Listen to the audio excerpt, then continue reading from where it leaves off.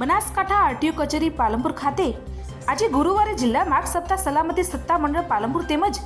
જિલ્લા ટ્રાફિક અને city traffic police દ્વારા વર્ષ 2025 માર્ગ સડક સુરક્ષા કાળજીની થીમ સાથે તારીખ 1 થી 31 જાન્યુઆરી 2025 સુધી રોડ સેફટી મંથની ઉજવણી થનાર છે, જેના ભાગરૂપે આજે આરટીઓ કચેરી પાલનપુર ખાતે શુભારંભ કાર્યક્રમ યોજાયો હતો, જેમાં RTO JK. Patel road safety nodal અધિકારી, આરટીઓ વીપી પટેલ, જિલ્લા ટ્રાફિક પીઆઈ એવી જાડેજા તેમજ આરટીઓ અને પોલીસ સ્ટાફ 108 ઇમરજન્સી સેવા મેનેજર તેમજ ડીલર્સના માણસો હાજર રહ્યા હતા, જેમાં શુભારંભ કાર્યક્રમ પૂર્ણ થયા બાદ માર્ગ સલામતીના સંદર્ભે જાગૃતિ રેલી યોજાઈ હતી. આ રેલી આરટીઓ કચેરીથી ધનિયા ચોકડી થઈ વિદ્યામંદિર સ્કૂલ, ગુરુ નાનક ચોક એરોમાર્ગ થઈ પરત આરટીઓ કચેરી આવી હતી, જેમાં રોડ સેફટી નોડલ અધિકારી વીપી પટેલ દ્વારા જાન્યુઆરી માસના દરરોજના અવેરનેસ પ્રોગ્રામનું આયોજન કરવામાં આવ્યું છે, જેમાં હેલ્મેટ વિતરણ, રૂલ્સ બ્રેકર કરનારને ગુલાબ આપવાનો પ્રોગ્રામ તેમજ સ્કૂલ, કોલેજો, ગ્રામસભા, જીઆઈડીસી, ડ્રાઈવરોને ટ્રેનિંગ, ઇન્ફોર્મેન્ટની ડ્રાઈવનું આયોજન તેમજ અન્ય પ્રોગ્રામો 1 માસ દરમિયાન કરવામાં આવશે.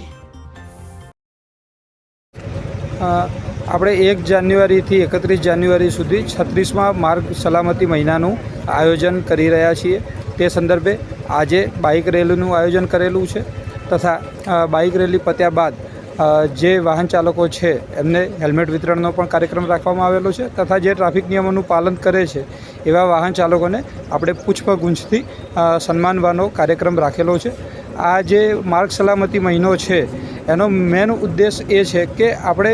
વર્ષો વર્ષ જે માર્ગ અકસ્માતો થાય છે એ માર્ગ અકસ્માતો આપણે ઘટાડી શકીએ, લોકોમાં એની જાગૃતિ આવે, લોકો ટ્રાફિકના નિયમોનું પાલન કરતા થાય.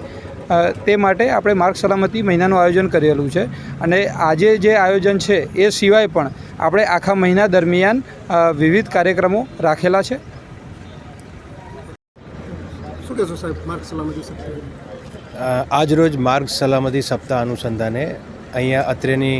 જિલ્લા ટ્રાફિક, સિટી ટ્રાફિક, આરટીઓ કચેરી, સમગ્ર કચેરીઓ દ્વારા એક પબ્લિક અવેરનેસ પ્રોગ્રામ આખો નક્કી કરવામાં આવેલો છે,